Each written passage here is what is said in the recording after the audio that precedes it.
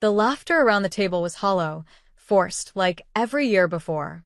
Paper crowns from cheap party hats drooped over heads too proud to admit they didn't love each other. But this birthday was different. This time, I had quietly hoped things would change. I'd paid the restaurant bill in advance, booked the private room, even ordered Dad's favorite cake, the one Mom never bothered to bake anymore. I'd been holding on to some sliver of hope.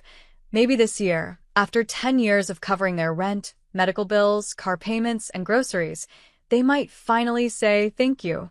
Instead, my father stood up, raised a glass of orange juice because he didn't drink cheap champagne, and gave the most humiliating toast I'd ever heard.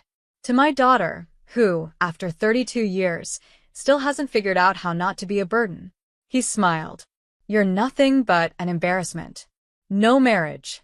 No real career. Just handouts from your tech startup while pretending it's success. We didn't raise you for this. The silence was deafening. My uncles chuckled into their napkins. My mother sipped her wine like she hadn't just watched me shrink into myself. And my cousin Brielle whispered, I'd die if that was said to me. I didn't say a word. I stood up slowly, wiped my palms against my black dress, and whispered, Got it. I looked at them all, really looked, and realized for the first time I wasn't their daughter in their eyes. I was just their safety net. That night, I packed a small bag. When I walked toward the front door of our old home, where I'd been staying during their financial rough patch, my dad blocked me. You're not welcome here anymore, he said, as though I hadn't kept that roof over their heads. Mom added softly, Maybe it's better this way. You need to grow up and stop pretending your money makes you worthy. I blinked once, then again. Then I said, Okay. I walked out into the rain, didn't bother to take an umbrella, and got in my car. I didn't cry. I wasn't angry either. I was hollow. Until the next morning. That's when I did it. I opened my secure client dashboard. Their credit cards, mine. The utilities, mine. The car insurance, the phone plans, the gas cards, the streaming services, even the Netflix password. All in my name. And I froze everything. Not to punish them, but to remind myself. They had taught me to be useful. I became indispensable. They taught me to be quiet. I learned to observe. They taught me to serve. And I became irreplaceable. But now, they taught me the most important lesson of all, what to do when you finally have nothing left to prove. By noon, Dad called furious. Why is my card being declined? I was polite. I was calm. You asked me to stop being a burden. So I did. Click. By 2 p.m., Mom texted. Please. We didn't mean it that way. Can you at least pay the electric bill? I read it and smiled sadly. Then I put my phone face down. I wasn't being cruel. I was finally being free. And that terrified them. The same people who used me as an ATM were now watching their carefully constructed world crumble. But what happened next? That's when it all changed, when everything truly unraveled. And the twist they never saw coming wasn't just that I stopped helping. It was that someone else stepped in and revealed something my family never knew. And their jaws would drop the moment they found out. It took less than 24 hours for the begging to begin. Dad left 4 missed calls and 2 voicemails by morning. The first was full of pride and thunder. The second was shakier. I might have overreacted, okay? But you don't just pull the plug like that. Your mother's blood pressure medicine, she needs it. Mom texted, just send enough for groceries. I know you're angry. We raised you, didn't we? That should count for something. I didn't reply. Because I remembered the week I skipped meals to keep their mortgage afloat. I remembered driving 12 hours round trip to bail Dad out after he totaled his car and refused to call anyone else.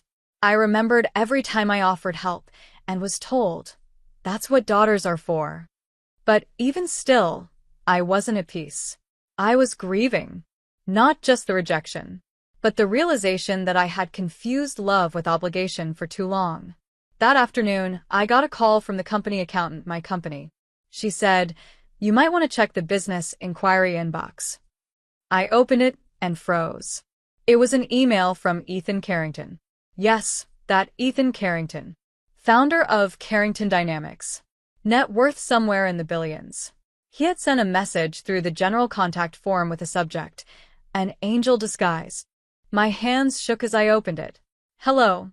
10 years ago, I walked into a community clinic with no insurance, bleeding and scared. A young woman held my hand, paid for my care with her own card, and told me not to worry. I never forgot that. Last week, I recognized your name when I saw your startup featured in the Forbes Top 100 Emerging CEOs. It was you. I owe you my life. And I believe in returning kindness. Would you consider partnering with me on a philanthropic tech initiative? I'd like to schedule a meeting at your convenience. In person. Warm regards, Ethan C. I reread it 5 times. I never expected that day at the clinic, when I helped a man who looked lost and tired, to come full circle. He'd been just another human who needed help. That was it. No cameras. No stories. No glory. Now he wanted to meet. 2 days later, we met in a quiet glass-walled lounge downtown. Ethan was taller than I remembered, older too, but his eyes? Still kind. Still humble. You helped me without knowing who I was, he said softly, sitting across from me. Now I'd like to do the same for you. I smiled. I don't need help anymore, but I'll accept a partnership. And so, we signed a deal. Not out of pity, not as repayment, but mutual respect. By the end of that week, every major tech journal covered it. Carrington backs emerging CEO Liana Rowe in billion-dollar initiative. My name was suddenly everywhere. That same night, I got a message from Brielle, my cousin. Is it true? Are you working with Ethan freaking Carrington? Then came the family group chat. The one I was removed from months ago. I was suddenly re-added. The first message? From Dad. Proud of you, kiddo. Always knew you had it in you. Maybe swing by Sunday for dinner? I stared at the message. No apology. No acknowledgement. Just a rewrite of history. I was about to delete it when I paused. Instead, I replied, I'll think about it. But I wasn't going for revenge. Not anymore. I had something bigger in mind, something they didn't expect. Something that would make them reflect and heal. And what I did next? Well, it changed not just my family but our entire future. Because forgiveness isn't weakness. Sometimes it's the loudest kind of power there is. Sunday arrived before I realized I'd agreed to anything. I didn't dress to impress. No flashy designer coat. No statement heels. Just me. Plain jeans, a clean blouse, and the quiet confidence of someone who no longer needed approval. When I pulled up to their house, the one I'd paid off but was never given keys to, I noticed something had changed. The lawn hadn't been mowed. The porch light was out. The usual smell of Mom's cooking wasn't floating in the air. They weren't doing well. Dad opened the door with a wide smile. There she is, he said, arms open. I paused. You never called me that before. He looked confused. What? There she is. You always said, why is she here? The smile faltered. But I walked in anyway. The dining table was set, but it wasn't the grand Sunday spread from my childhood. Just some reheated takeout and boxed cake. It was like they were trying but didn't know how. Mom greeted me stiffly. You look thin. I look happy, I replied. She didn't respond. As we sat, the room was thick with tension. My brother, Jason, who hadn't lifted a finger when things were hard, suddenly wanted to talk about my company. So, this Ethan guy, he asked, how much is he investing? I smiled politely. Enough. He leaned forward. And what's in it for you? He's not giving me anything. We're building something together. Dad coughed. It's just you should consider helping out again. Temporarily. You know how things are right now. Mom added quickly, your father's pension got delayed. And the water bill. I leaned back. You called me an embarrassment on my birthday. I said, not out of bitterness, just honesty. You kicked me out after I paid your bills for 10 years. And now, because the money's gone, you want me back? Dad's jaw clenched. You're twisting things. I nodded. That's what you've always said. Whenever I asked for kindness. The room went silent. I looked at them both. I'm not here to fight. I came because I believe people can change, but they have to want it. Then I pulled out an envelope. Thick. Heavy. Their eyes widened. I paid off your property taxes for the year, I said, and set up an automatic fund for your medical expenses for the next 3 years. Dad opened his mouth, stunned. Mom was already tearing up. But, I said gently, there's one condition. They looked up. You will never treat me like a burden again. A full minute passed. Then Dad said something I never thought I'd hear. I'm sorry. It cracked something open in me. Not just sadness, but decades of being unseen. Mom stood up, trembling, and walked over. I thought raising you meant controlling you. But you raised us. You held this family up while we tore you down. I stood too, and for the first time in years we hugged. A long, trembling, wordless hug. That night, we didn't talk about investments or status. We talked about me. They asked what I liked doing when I wasn't working, what book I was reading, if I was seeing someone. I left their home not with victory, but with peace. And I realized something. Sometimes, healing isn't about erasing the past. It's about finally being seen for who you've become. But the story wasn't over. Because 1 week later, I got a call that changed everything. Not from family. Not from Ethan. But from someone I never expected. Someone tied to my past in a way I'd completely forgotten until now. The call came on a quiet Thursday afternoon, just as I was finishing a virtual meeting. A private number. I almost ignored it, but something told me to pick up. Hello. A pause. Then a voice, trembling and unsure. Is this Liana Rowe? Yes, who's this? This is Olivia. Olivia Hart. My stomach dropped. Olivia Hart. The social worker who handled my foster placement 28 years ago. I hadn't heard that name since I was barely 5 years old. I know this is sudden, she said. But I came across your name in a news piece. I wasn't sure if I should reach out. But I had to tell you something I couldn't before. I sat down slowly. I was there the day your biological parents left you at the shelter, she said. And I remember how quiet you were. How you clung to your blanket and didn't cry. Not once. I blinked, confused. Biological? I thought you knew, she said softly. The Rose adopted you when you were 7. I wasn't allowed to tell you. Your adoptive mother made it clear she didn't want you looking back. I couldn't breathe for a second. Every memory suddenly cracked in half. The cold distance. The way I always felt like I was trying to earn their love. The whispers I overheard but never understood. They weren't just emotionally distant parents. They weren't my parents at all. Olivia continued. Your birth mother, she died in a car crash shortly after giving you up. But your birth father? He's alive. And he's been trying to find you. My voice shook. What? He spent years searching. But when he finally tracked the records, your name had already been changed. I stood, pacing now, unable to process. I can give you his contact, she added gently. Only if you want. My hands trembled as I took it down. His name was Marcus Delaney. I didn't call right away. I couldn't. I went for a walk. I stared at the trees. I tried to understand how the ground had shifted beneath me without warning. That night, I sat in my apartment alone. I stared at the number. Then I dialed. Hello, a warm voice answered. Hi. I think I'm your daughter. A long pause. Then a shaky breath. I've waited 30 years to hear that voice. And just like that, I broke. I cried like the child I had buried for years. And he cried too. We spoke for 3 hours. He told me everything, how he and my mother had split, how she took custody, how the system lost him in the paper shuffle. He wasn't perfect, but he had never stopped searching. He said, every birthday, I lit a candle for you. Every Christmas, I wrote a letter I never sent. I didn't know if you'd ever want to find me, but I never gave up. And in that moment I knew I had been loved, just not by the people I thought. That weekend, I flew out to meet him. He lived in a quiet coastal town. No suits. No fancy cars. Just soft-spoken kindness and a porch swing that creaked with time. He looked nothing like the man who raised me, and everything like the man I'd wished for. When he hugged me, I felt something I hadn't felt in decades. Safe. And that hug?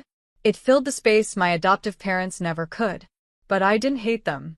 I understood them now. They took me in, but they didn't know how to receive me. And maybe, just maybe, they were doing the best they knew. The story was almost over. But one final moment was coming. Something none of us could have predicted.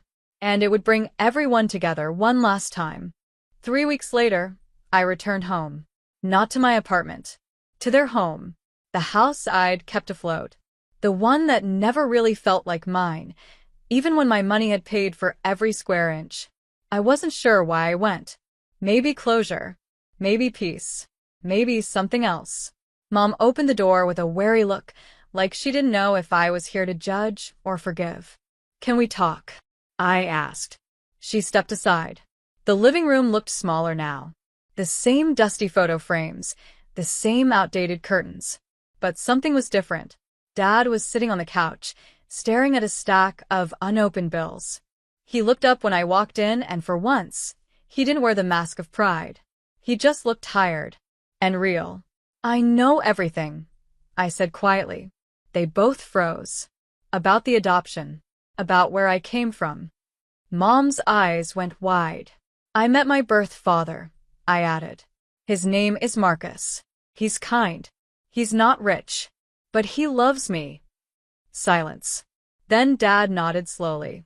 "We always meant to tell you," he muttered. But then life kept going. And we didn't know how. And eventually, we convinced ourselves it didn't matter. I sat down across from them. "You were scared," I said. "I get that now.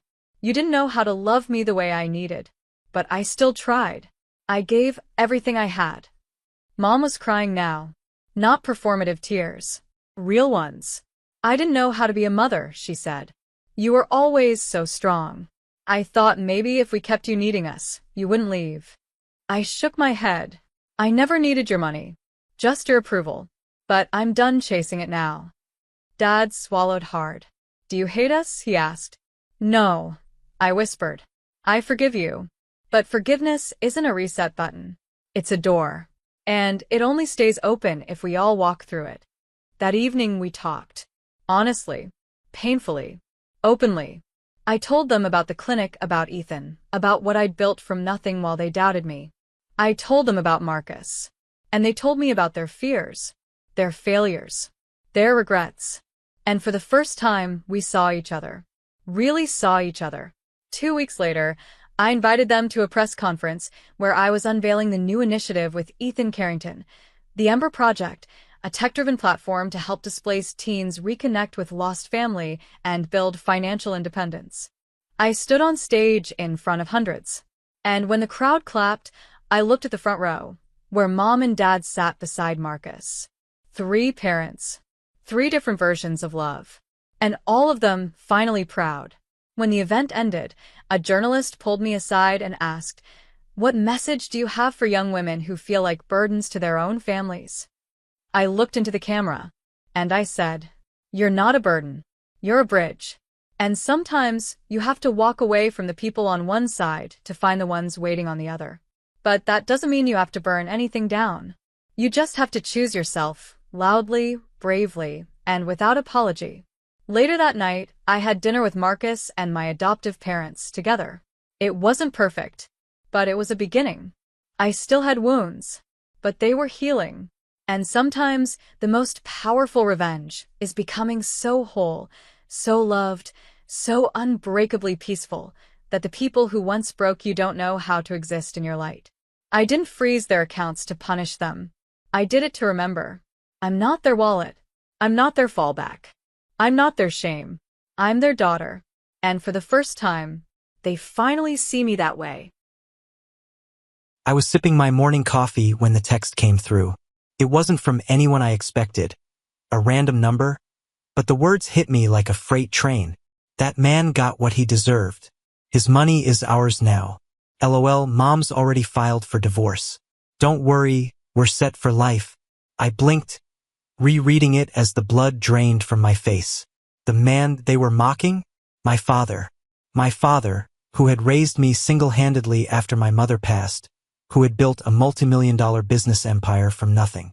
My father, who now lay in a hospital bed after a massive stroke that had paralyzed the entire left side of his body. And the people laughing at his condition? His second wife, Clara, and her snake of a daughter, Madison. Couldn't believe it. My hands trembled as I set the phone down, my heart racing. Clara had always been manipulative, sure, but this? Stealing my father's money and celebrating his downfall while he was vulnerable? Filing for divorce while he couldn't even sign his own name? Anger boiled inside me like I'd never felt before. I wasn't going to let this slide. My father had been too kind, too trusting, and look where it got him. But me? I wasn't going to let them destroy him. Not without a fight. By the time I arrived at my father's sprawling estate, I'd already started digging. Clara had access to all his accounts, but I had something she didn't. A lifetime of trust with my dad. I'd been his confidant, his partner in crime, the one he leaned on for advice. And now, I was going to use that trust to dismantle every lie she'd built. The house was eerily quiet when I stepped inside. Usually, Clara would be draped across the couch, sipping wine and pretending to care about Dad's business. But today it was empty, too empty. My gut told me she was up to something, and I wasn't wrong. I found her in the study, her back to me as she rifled through drawers. She didn't hear me approach, too busy muttering to herself about hidden accounts and payouts. Looking for something? I asked, my voice icy. She spun around, her face paling when she saw me. Oh, darling, you scared me. She recovered quickly, plastering on that fake smile I'd grown to hate. I was just organizing your father's files. You know, with everything going on. It's been so overwhelming. Sure you were. I crossed my arms, not bothering to hide my suspicion. Funny, I didn't think organizing required withdrawing millions from his accounts. Her smile faltered. I don't know what you're talking about. I stepped closer, my voice low. I've seen the transactions, Clara. And I've seen the text Madison sent. Do you really think you can just steal everything and walk away? Her eyes narrowed, and for the first time, I saw the venom beneath her polished exterior.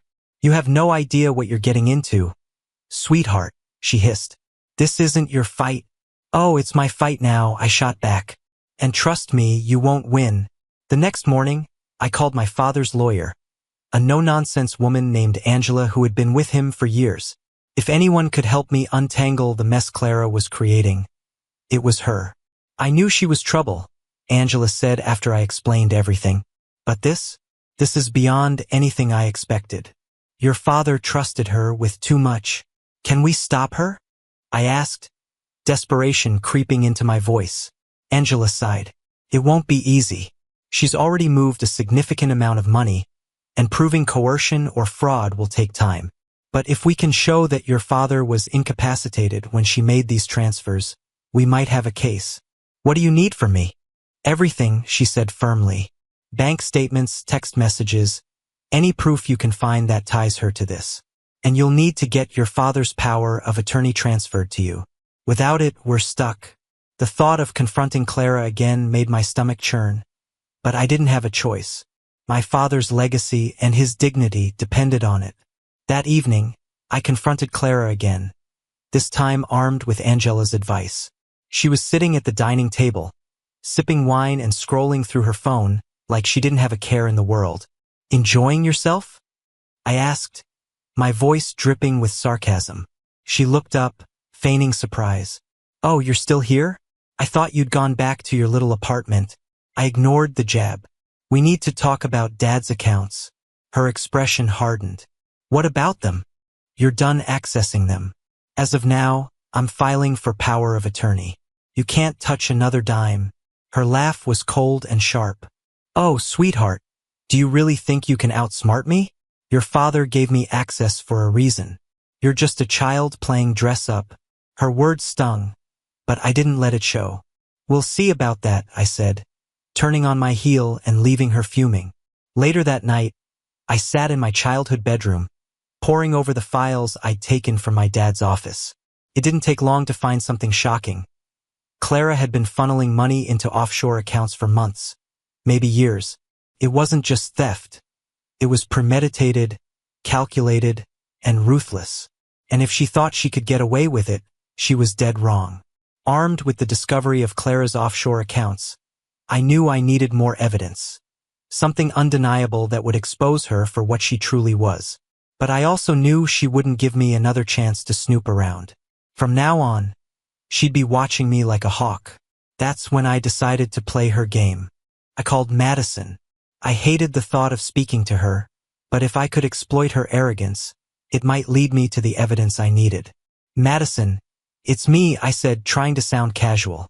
Look, I know things have been tense, but I think we're on the same side here.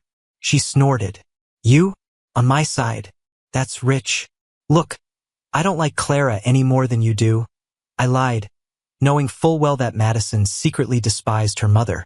If she's taking everything, that means there won't be anything left for either of us. There was a pause. What are you saying? I'm saying maybe it's time we work together. For our own benefit. It took some convincing, but Madison's greed won out. She agreed to meet me the next day to talk strategy. Little did she know, she was about to hand me everything I needed. The next morning, I met Madison at a cafe in town. She showed up in her usual designer clothes, oozing smugness. She thought she had me wrapped around her finger. That was her first mistake. So, what's your big plan? She asked, sipping her overpriced latte. I need to know what Clara's been up to, I said, leaning in conspiratorially. If she's hiding money, we should know about it. That way, we can make sure we get our fair share. Madison's eyes lit up. She's been moving millions to some offshore accounts. She even showed me the paperwork. Mom says it's all legit, but I'm not so sure. Do you have any of that paperwork? I asked, trying to sound casual. She hesitated, but her greed outweighed her caution. I might. Why? Because if it's not legit, we can use it against her. Think about it, no Clara, just us. We could control everything. Madison grinned, clearly loving the idea. I'll get it for you. But you better not screw me over. Oh, don't worry, I said, hiding my smirk. This will be worth it. That evening, Madison sent me photos of the documents Clara had shown her. It was all there. Account numbers, transfer dates, even handwritten notes from Clara detailing how to cover her tracks. I forwarded everything to Angela, who called me immediately. This is gold, she said, her voice tinged with excitement. With this, we can prove that Clara's actions were premeditated. It'll hold up in court. What about Madison? She knows too much. Angela paused. We'll deal with her if we have to. But for now, focus on Clara. She's the real threat. I didn't expect Clara to go quietly, and I was right. The next morning, I found her in the kitchen, packing bags. Going somewhere? I asked, leaning against the doorway. She glared at me. Not that it's any of your business, but yes. I've decided to take a little trip. I need some time to clear my head. Funny timing, I said, my voice dripping with sarcasm. Right after you've drained Dad's accounts? Her face twisted into a sneer. You have no idea what you're talking about, don't I? I shot back. You think I don't know about the offshore accounts? The transfers? The fake invoices? You've been sloppy, Clara. And now everyone's going to know. For the first time, she looked genuinely rattled.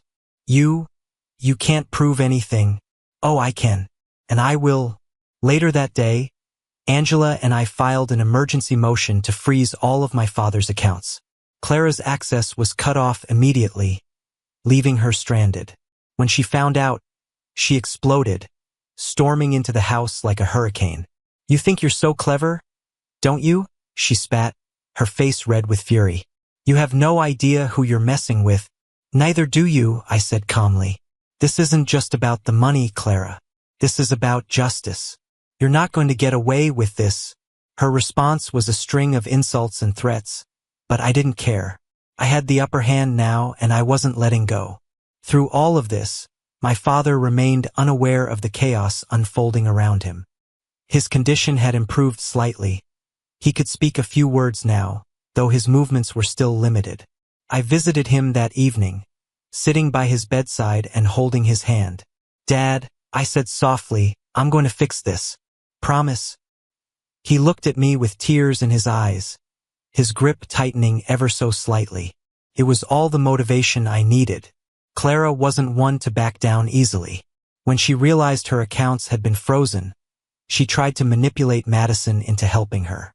But Madison, ever the opportunist, turned on her mother instead. "She's planning to leave the country," Madison confessed during a phone call. "She said she'll disappear before anyone can catch her." I relayed the information to Angela, who immediately contacted law enforcement. Clara's days of scheming were numbered. Clara's plan to flee was foiled when authorities caught her trying to board a private jet. The image of her being led away in handcuffs was one I'd treasure forever. But the battle wasn't over yet. The legal process would be long and grueling, and I needed to stay vigilant. With Clara behind bars, Madison's true colors began to show. While I thought she might lay low, she had other plans. Madison saw this as her chance to seize control of the situation. She started spreading rumors about me, claiming I was the one orchestrating the chaos to steal my father's fortune. Angela warned me about Madison's actions, but I was already a step ahead. I had recorded our earlier conversations, where she admitted to knowing about Clara's schemes and even helped me gather evidence. I wasn't about to let her rewrite the narrative. The tension finally came to a head at a family meeting called by Angela. My father's closest business associates, our extended family, and even a few of Clara's so-called friends showed up. Madison thought she could sway the room with her lies, but I was ready. She stood up, feigning innocence. "I just want what's best for my stepfather," she said, her voice dripping with fake concern. "But someone here has been working against him." Her eyes locked on me. "Funny you should say that," I said, standing to face her. "Because I have proof that you knew about Clara's theft and even helped her cover it up." The room fell silent as I played the recording. Madison's voice filled the air, bragging about her mother's schemes and laughing at my father's condition. By the time the recording ended, the room was buzzing with outrage. "You little snake," one of Clara's former friends hissed. "How could you do this to him?" Madison's face turned red as she stammered. I didn't mean." "You meant every word," I said firmly. "And now everyone knows." With Madison discredited, the focus shifted back to my father's recovery. The damage Clara and Madison had done to his reputation and finances was immense, but I was determined to make things right. I spent weeks working with Angela to untangle the mess they had created, meeting with his business partners to reassure them that the company was in good hands. It wasn't easy. Some people were skeptical, others outright hostile. But I refused to back down. My father had built this empire, and I wasn't going to let it crumble because of Clara's greed. One day, during one of my visits to the hospital, my father surprised me. He reached out with his good hand and squeezed mine, his voice barely above a whisper. "Proud of you," he said, his words slow but clear. Tears welled up in my eyes as I hugged him. For the first time in weeks, I felt like we were going to be okay. While my father worked on his recovery, Clara faced a legal storm. The evidence against her was overwhelming, and Angela made sure every last detail was brought to light. The trial was a media circus, with reporters clamoring to cover the downfall of the once glamorous socialite. Clara tried to play the victim, claiming she was manipulated by others, but no one believed her. The judge saw through her lies and sentenced her to a lengthy prison term for fraud and embezzlement. Madison didn't escape unscathed. With her mother gone, she tried to latch onto her wealthy friends, but they quickly distanced themselves. She was ostracized from the social circles she once ruled, left to fend for herself without the safety net she had always relied on. After months of hard work, my father's company began to stabilize. I took on a more active role, ensuring that every decision honored his vision. It wasn't just about saving the business, it was about preserving his legacy. One day, I received a call from Clara's former friend, Grace. She had always been close to Clara but admitted she never liked how Clara treated my father. "I have some information you might find useful," Grace said. She provided additional evidence that Clara had been scheming against my father from the very beginning. With Grace's help, we were able to recover even more of the stolen funds. The story of Clara's betrayal and my fight to save my father's legacy became a media sensation. Interviews, Articles and headlines painted a vivid picture of the chaos we had endured. While I didn't enjoy the spotlight, it helped restore faith in the company. As my father's health improved, he began to take an active interest in the company again. Though his physical limitations remained, his mind was as sharp as ever. Together, we worked to rebuild what Clara had tried to destroy. Before her sentencing, Clara requested a meeting. I didn't want to go, but my father insisted. When I entered the room, she looked nothing like the polished woman I once knew. Her face was pale, her eyes hollow. "I made mistakes," she said, her voice trembling. "But I didn't deserve this." "You deserve everything you got," I said coldly. "You hurt my father, stole from him, and laughed while he suffered. You don't get to play the victim." She didn't say another word. After Clara's sentencing and Madison's fall from grace, I focused on something deeply personal: restoring our family's reputation. For years, Clara had painted herself as the perfect wife and mother, while subtly pushing narratives that undermined my father and me. Her lies had tainted public perception, and I wasn't going to let that stand. I began a series of interviews sharing my father's real story, how he built his empire from the ground up, how he gave generously to the community, and how he trusted the wrong people. I didn't badmouth Clara directly. The truth was damning enough. The interviews were a resounding success. People began to see my father for the man he truly was, and the outpouring of support was overwhelming. Letters from old friends, employees, and even strangers flooded in, thanking him for his kindness and resilience. It was a victory, but more importantly, it was healing. Just when I thought Madison was out of our lives for good, she made one last desperate move. One morning, I received an email from her, an apology, or at least her version of one. "I was wrong," she wrote. "I know I hurt you and your father, but I was under my mom's influence. Please give me a chance to make things right." At first, I wanted to delete the email and forget she ever existed, but something about her tone felt off. It wasn't just an apology. It was a ploy. I forwarded the email to Angela, who confirmed my suspicions. "She's fishing for something," Angela said, "probably hoping to gain leverage or sympathy. Don't engage." And I didn't. Madison faded further into obscurity, her attempts to claw her way back into our lives failing miserably. As my father's health improved, we had more time to talk. Real conversations, not just about business but about life. One evening, as we sat in his study, he looked at me with a seriousness I hadn't seen in years. "You saved me," he said, his voice steady but emotional. "I don't know how I'll ever repay you." "You don't have to," I replied. "You've done so much for me already. This was my turn to protect you." He smiled, a hint of pride in his eyes. "You've grown into someone your mother would be proud of. I see her strength in you." His words stayed with me. They were a reminder of why I fought so hard. Not just for him, but for the legacy my mother and father had built together. News of Clara's decline reached us through mutual acquaintances. She had adjusted poorly to prison life, her health deteriorating rapidly. Though she had been the architect of her own downfall, there was a part of me that felt a flicker of pity. "Should we visit her?" my father asked one day, surprising me. "Why would you want to do that?" I asked, genuinely baffled. "Closure," he said simply. "For both of us." Reluctantly, I agreed. The visit was short and awkward. Clara looked like a shadow of her former self, her sharp edges dulled by regret and confinement.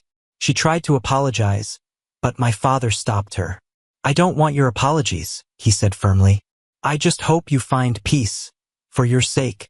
It was a moment of grace that I didn't think Clara deserved, but it was my father's choice. As we left, I felt a strange sense of finality. Clara's chapter in our lives was truly over. With the chaos behind us, I turned my attention to the future. My father's company had stabilized, but I wanted to take it further. I proposed a new initiative, a foundation in my father's name to support young entrepreneurs from underprivileged backgrounds. "It's what you would have wanted when you started," I told him. "A chance for others to build something great." He nodded, his eyes shining with pride. "Let's do it." The foundation was a huge success, garnering support from investors and partners who admired my father's story. It became a cornerstone of his legacy, proving that even in the face of betrayal, we could create something meaningful. Years later, as I stood on the stage of a packed auditorium, accepting an award on behalf of the foundation, I thought about everything we had been through. Clara's betrayal, Madison's scheming, the sleepless nights fighting to save my father's legacy. It all felt like a distant memory. My father sat in the front row, smiling proudly despite the wheelchair he still needed. He had come so far, and so had I. None of this would have been possible without him, I said, gesturing toward my father. He taught me the value of resilience, hard work, and integrity. This foundation is for him and everyone like him who dares to dream. The crowd erupted into applause, but all I could focus on was my father's smile. We had faced the darkness and come out stronger. Clara and Madison had tried to destroy us, but in the end, they only made us more determined to rise above. This wasn't just the end of a chapter. It was the beginning of a new story, one filled with hope, love, and a legacy that would endure long after we were gone. The living room buzzed with the usual forced laughter and chatter of my relatives, but my heart pounded in my chest. My father's voice cut through the noise like a whip. "Sophia, stand up," he barked. All eyes turned to me. My face burned as I reluctantly stood, unsure of what I'd done this time. My parents never needed much of an excuse to make me their scapegoat. My harmless prank, announcing a fake inheritance check at dinner, was the perfect trigger. "You thought that was funny?" my father demanded, his face red with anger. "Embarrassing us like that in front of the whole family?" "It was just a joke," I stammered, my voice trembling. "I didn't mean." "You didn't mean?" My mother's voice was sharp, cutting through me like a blade. "Do you think this family is a joke, Sophia?" Before I could respond, my father grabbed a length of cord from the corner. My stomach dropped as he stormed toward me. "Sit down," he yelled, pointing at a chair in the middle of the room. Humiliated, I sank into the chair as he tied my wrists tightly. The rope bit into my skin, and I fought back tears. Laughter and murmurs rippled through the crowd of relatives. My younger brother, Liam, leaned against the wall, his arms crossed and a smirk on his face. "This," my father announced, gesturing toward me, "is what happens when you disrespect this family." The humiliation was unbearable. I bit my lip, refusing to cry in front of them. My parents' voices blurred into background noise as they continued to berate me. I wished the ground would swallow me whole. Then the door slammed open. The sharp sound silenced the room. Standing in the doorway was a man I hadn't seen in years, my Uncle Richard. Dressed in a tailored suit, he looked like he didn't belong in the chaos of this house. His piercing gaze swept over the scene, lingering on me and the ropes around my wrists. "What the hell is going on here?" he demanded, his voice low and dangerous. My father straightened, his bravado faltering for the first time. "Richard, this doesn't concern you." Richard stepped into the room, his presence commanding. "It does now." The tension in the room was suffocating as Richard strode toward me. He crouched in front of me, his expression softening. "Are you okay, Sophia?" I nodded, though my throat was tight with unshed tears. Richard stood, turning to face my parents. "Untie her," he said, his voice cold and unyielding. "This is discipline," my mother argued. "She needs to learn." "Discipline?" Richard's voice rose slightly, his anger barely contained. "This isn't discipline. It's cruelty." My father hesitated, but Richard's glare left no room for argument. Grumbling under his breath, he loosened the ropes around my wrists. My arms fell free, and I rubbed at the red marks left behind. Richard turned to me. "Go pack your things." "What?" My mother's voice rose in disbelief. "You can't just take her." "Oh, I can," Richard said, his tone icy. "And I will. You've proven you don't deserve her." "You don't understand," my father started, but Richard cut him off. "No, Peter. I understand perfectly. I've watched you and Amanda tear her down for years. That ends today." My parents exchanged a panicked look. They knew they couldn't challenge Richard. His wealth and influence far outweighed theirs, and they relied on him too much to risk alienating him completely. "This is a mistake," my mother hissed, her face twisted with anger. "The only mistake," Richard said, his voice calm but firm, "is the way you've treated your daughter." He turned back to me, his expression softening again. "You're coming with me. You don't belong here." I followed Richard out of the house, my steps hesitant at first, then quicker as the weight of the room behind me lifted. The cold night air hit my face like a breath of freedom. His sleek black car waited in the driveway, its headlights cutting through the darkness. As we reached the car, Richard opened the passenger door for me. "Get in," he said, his tone firm but kind. I slid into the seat, my heart pounding in my chest. Behind us, my parents stood on the porch, my mother's face twisted in fury while my father looked stunned, his usual bravado stripped away. Liam peeked out from behind them, his smirk gone, replaced by something that almost looked like regret. Richard climbed into the driver's seat and started the engine. The roar of the car drowned out the murmurs from the porch as we pulled away. I glanced back once, just once, to see my mother's silhouette shrinking into the distance. And then they were gone. "You don't need to look back anymore," Richard said, his voice steady. "You're free now." Richard's estate was like stepping into a different reality. The house stood tall and majestic, surrounded by manicured gardens that seemed to stretch endlessly. The sleek architecture gleamed in the moonlight, and the warm glow from the windows made the mansion feel alive. "This is your home now," Richard said as he unlocked the front door and led me inside. The interior was even more breathtaking. High ceilings, polished floors, and walls lined with bookshelves and art. Yet, for all its grandeur, the house didn't feel cold or imposing. It felt safe. "Come on," Richard said, gesturing for me to follow him up the staircase. He showed me to a spacious guest room with a soft bed, a desk by the window, and a view of the sprawling gardens below. "Take your time settling in," he said. "We'll talk in the morning." As he left, I sat on the edge of the bed, overwhelmed. The events of the night replayed in my mind. The humiliation, the anger, and then Richard stepping in like a shield I never knew I had. For the first time in years, I felt a flicker of hope. The morning sun poured through the windows, bathing the room in golden light. For a moment, I forgot where I was. Then the memories of the previous night came rushing back. I found Richard in the dining room, seated at a long table set with breakfast. He glanced up as I entered, a warm smile spreading across his face. "Good morning," he said. "Did you sleep well?" I nodded, though my sleep had been restless. "Thank you for everything." He waved a hand dismissively. "You don't have to thank me, Sophia. What they did to you was wrong. It's my job to make sure you're safe now." As we ate, Richard began to ask me questions. Gentle, probing questions about my interests, my dreams, the things I'd never had the chance to explore. For the first time, someone wanted to know who I was, not who they wanted me to be. "What do you love?" he asked. I hesitated, the question catching me off guard. I used to love writing, I admitted. When I was younger, I'd write stories all the time.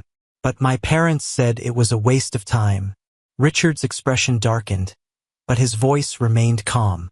They were wrong. If writing makes you happy, you should do it. A few days later, Richard sat me down in his study. "I've been thinking," he said. "You've been through a lot, Sophia. More than anyone should have to. I want you to consider therapy." Therapy. The word felt foreign, almost taboo. My parents had always dismissed mental health as an indulgence for the weak. But Richard's tone wasn't dismissive. It was caring, encouraging. "I know it's a lot to think about," he continued, "but it could help. You don't have to carry this alone." I hesitated, but something in his voice reassured me. "Okay," I said finally. "I'll try." Richard arranged for me to see Dr. Elena Carter, a therapist he trusted. Her office was cozy and inviting, a stark contrast to the sterile, intimidating spaces I'd imagined therapy to be. During our first session, she let me talk at my own pace, her gentle demeanor putting me at ease. "I've always felt like I wasn't enough," I admitted, my voice barely above a whisper. "No matter what I did, it was never good enough for them." Dr. Carter nodded, her expression kind but serious. That's a heavy burden to carry. But it's not yours to bear, Sophia. Their treatment of you says more about them than it does about you.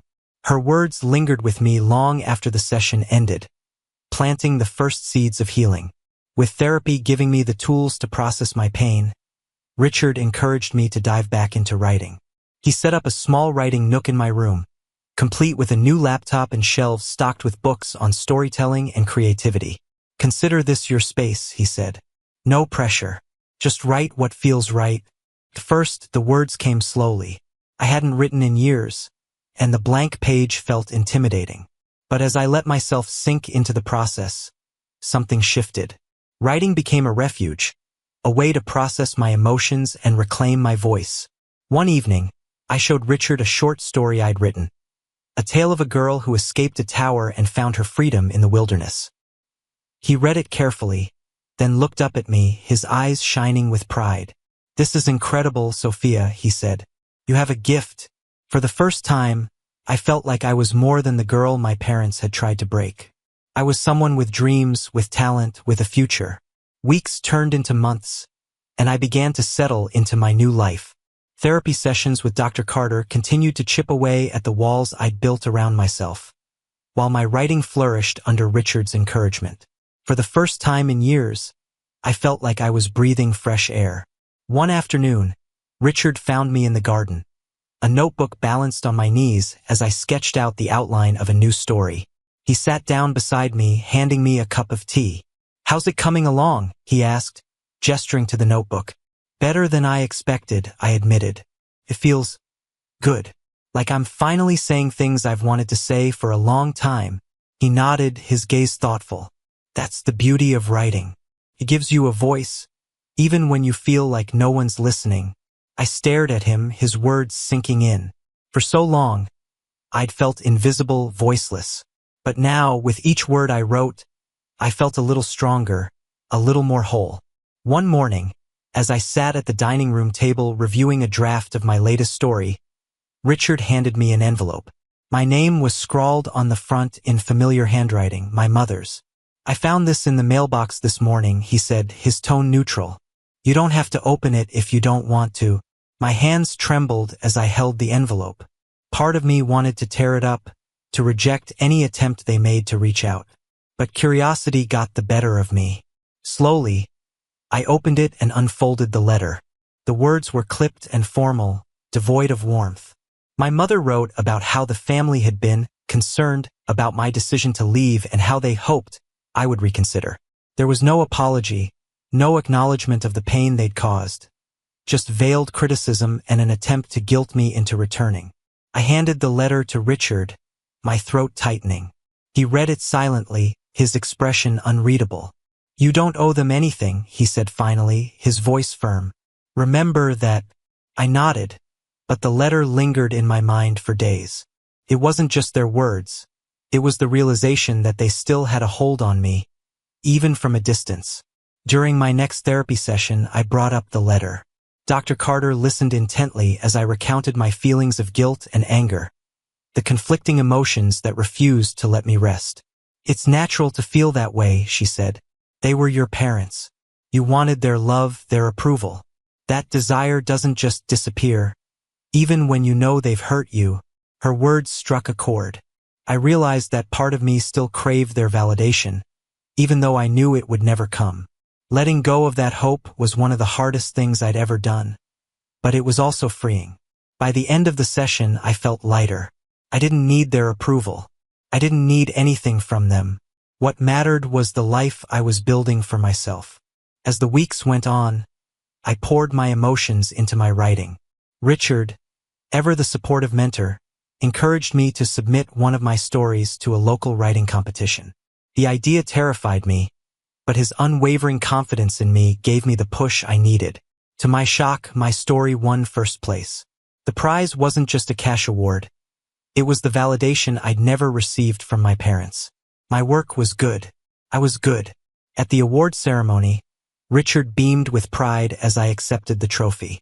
"This is just the beginning," he said, his voice filled with conviction. "You have so much more to give." The high of the award win was tempered by an invitation that arrived shortly afterward, a request for me to attend a family gathering at my parents' house. At first, I wanted to ignore it, but Richard convinced me otherwise. "You don't have to go for them," he said. "Go for yourself. To show them who you've become." The thought of stepping back into that house filled me with dread. But he was right. I wasn't the same person they'd tied to a chair and humiliated. I was stronger now. When I arrived, the atmosphere was as tense as ever. My mother greeted me with a tight smile, while my father barely acknowledged my presence. Liam, as usual, wore his signature smirk. Dinner was a quiet affair, the conversation stilted and uncomfortable. But as the plates were cleared, my father finally broke the silence. "So," he said, his tone dripping with sarcasm, "I hear you've been living it up with Richard. Must be nice to have someone else pay your way." I took a deep breath, steadying myself. "Actually, I've been paying my own way. I'm in a writing program, and I just won a competition for one of my stories." My mother's fork clattered against her plate, and she shot me a sharp look. "Writing? That's not a real career." "It is for me," I said firmly, "and I'm good at it." Richard, who had been silent until now, leaned forward. "She's better than good. She's exceptional. You should be proud of her." The room fell silent, the power dynamics shifting in an instant. My parents, for all their bluster, had nothing to say. For the first time, I felt like I had control. Walking out of my parents' house that evening felt like shedding a heavy burden. The air outside was crisp and cool, a stark contrast to the suffocating tension inside. Richard walked beside me, his hand resting briefly on my shoulder as if to remind me that I wasn't alone. "You handled that well," he said as we got into the car. "Thanks," I replied, my voice quieter than I expected. The truth was, I wasn't sure how I felt. Confronting them had been empowering, but it also left a hollow ache in my chest, a reminder of what could never be. "They didn't win," Richard added as he started the engine. "Remember that." I nodded, watching the house grow smaller in the rearview mirror. For the first time, I felt like I could truly leave them behind. The confrontation with my parents ignited a fire in me. For years, I'd let their voices drown out my own, but now I was determined to speak louder than ever. I poured myself into my writing, using the pain and triumph of my journey as inspiration. Richard noticed my growing focus and suggested I try something bigger, a novel. "It's time, Sophia," he said one evening as we sat in his library. "You've proven you can tell a story. Now tell your story." The idea terrified me. A novel felt monumental, almost impossible. But Richard's confidence in me was infectious, and soon I found myself sketching out ideas. The story would be deeply personal, a fictionalized account of my escape from the chains of my family and the rediscovery of my identity. Writing the novel was both exhilarating and exhausting. I spent hours at my desk, weaving together fragments of memories and emotions into a cohesive narrative. Some days the words flowed easily. Other days, I stared at the blank screen, paralyzed by self-doubt. Richard became my greatest cheerleader. He checked in on me regularly, offering encouragement and feedback when I felt stuck. "Remember why you're doing this," he said one evening. "This is your story. No one else can tell it." Those words carried me through the toughest moments, and after months of hard work, I finally completed the first draft. It wasn't perfect, but it was mine. Richard's influence extended beyond emotional support. Using his connections, he introduced me to a literary agent who agreed to review my manuscript. The agent's feedback was constructive but firm. The story was powerful, but it needed refining. I dove into revisions with renewed energy, determined to make the story as strong as it could be. Each change felt like chiseling away at a rough stone, revealing the beauty underneath. As I worked on the novel, I found myself processing more of my past. One afternoon during therapy, I shared a pivotal moment from my childhood, a time when I had tried to stand up for myself, only to be shut down by my parents. "They made me feel like I was wrong for even trying," I said, my voice cracking. Dr. Carter nodded thoughtfully. "And yet, you're here now. You tried then and you're trying now. That resilience is what brought you to this point." Her words resonated deeply. I wasn't just writing a story. I was reclaiming my voice, my agency, my life. After months of revisions, I submitted the final manuscript to my agent. The waiting period was agonizing, but Richard reminded me to trust the process. "You've already done the hardest part," he said. "Now let it find its place." When the call finally came, I could hardly believe it. A major publisher wanted to pick up my novel. I felt a surge of emotions: joy, disbelief, and a quiet sense of triumph. My story was going to be out in the world, where it could inspire others who had felt silenced. The day the contract was signed was surreal. Richard was there with me, his pride evident in the way he smiled and clapped me on the back. "This is only the beginning," he said. The publisher scheduled a release date, and the promotional process began.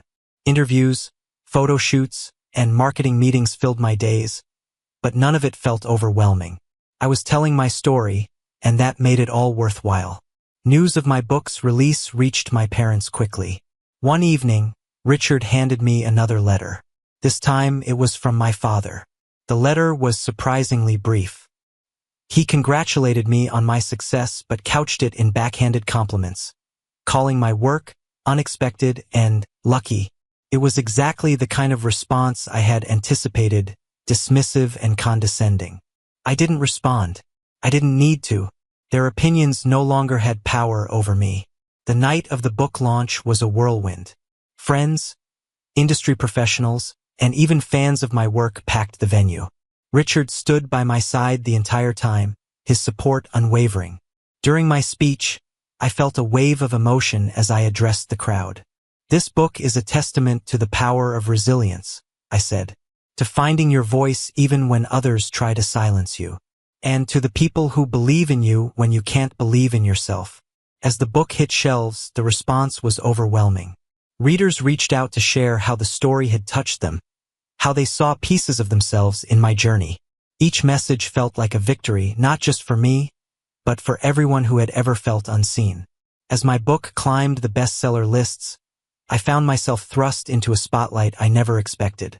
Media outlets requested interviews, and invitations to speak at events poured in.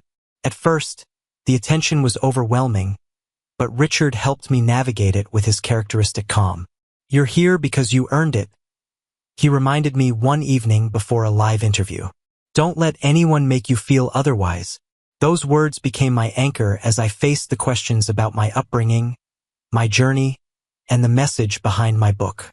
I was honest, though I chose my words carefully, never naming my parents directly. It wasn't about exposing them, it was about telling my story. The more I spoke, the more I felt my confidence grow. I wasn't just sharing my experiences. I was reclaiming them, shaping them into something meaningful. One evening, as I prepared for a book signing event, my phone buzzed with an unfamiliar number. Hesitantly, I answered. "Sophia?" The voice on the other end was hesitant, uncertain. It was Liam. "What do you want?" I asked, my tone sharper than I intended. I've been reading your book," he said. I didn't see things the way you did." His words took me off guard. For years, Liam had been my parents' golden child, complicit in their favoritism. Hearing him acknowledge my pain felt surreal. "I'm not looking for an apology," I said. "If that's what this is about." "It's not," he replied quickly. I wanted to say that I'm sorry for how I treated you, for not standing up for you when I should have." The sincerity in his voice was undeniable, and for the first time, I felt a sliver of understanding between us. "Thank you," I said softly. "That means more than you know." Liam's apology marked the beginning of a tentative relationship between us. He admitted that living up to our parents' expectations had been suffocating in its own way. "I didn't realize how much of myself I was losing," he said during one of our conversations. His words resonated with me, and I found myself forgiving him, not just for his complicity, but for his own struggles. We weren't the same people we had been under our parents' roof, and that realization gave us a chance to start anew. Months later, another letter arrived from my parents. This one was different. It wasn't filled with backhanded compliments or veiled criticisms. It was a rare acknowledgement of their actions, written in shaky, uncertain handwriting. "We didn't realize how much we hurt you," my mother wrote. "We thought we were doing what was best. But now we see how wrong we were." The letter stirred a complex mix of emotions: anger, sadness, and a faint glimmer of hope. It wasn't a perfect apology, but it was something. When I showed the letter to Richard, he studied it for a long moment before speaking. "It's up to you whether you respond," he said. "But remember, forgiveness doesn't mean forgetting. It means freeing yourself from their power." I chose not to respond. Not because I hated them, but because I didn't need anything more from them. Their acknowledgement, however imperfect, was enough. I had moved on and I wasn't going back. In therapy, Dr. Carter helped me unpack the letter and the emotions it stirred. "Closure isn't something they can give you," she said. "It's something you give yourself." Her words stayed with me, and over time, I felt the weight of my past lift. I wasn't defined by my parents' treatment of me. I was defined by the life I had built in spite of it. The day my second book was released, a follow-up to my memoir focusing on healing and growth, I found myself reflecting on how far I had come. Richard stood beside me at the launch event, his pride evident. "This is your legacy," he said. "Not the pain they gave you. This." His words brought tears to my eyes. He had been my rock, my guide, and my biggest supporter. Without him, I wouldn't have found the strength to rebuild myself. That night, as I signed books and greeted readers, I felt a profound sense of gratitude. Not just for Richard, but for myself, for the courage it took to keep going. Years later, I found myself back at Richard's estate, the place that had become my sanctuary. The gardens were as beautiful as ever, the house still filled with warmth and love. Richard and I sat on the terrace, sipping tea as the sun dipped below the horizon. "You've built something incredible," he said, his voice filled with quiet pride. "You've turned your pain into something that helps others." I smiled, my heart full. "I couldn't have done it without you." Richard shook his head. "You did this, Sophia. I just gave you the space to find yourself." As the stars began to appear in the sky, I felt a deep sense of peace. My journey had been long and painful, but it had brought me to this moment. A moment of freedom, love, and self-acceptance. Richard had become more than just an uncle. He was the father I'd always wished for, and together, we had built a new kind of family. One based on love, respect, and mutual support.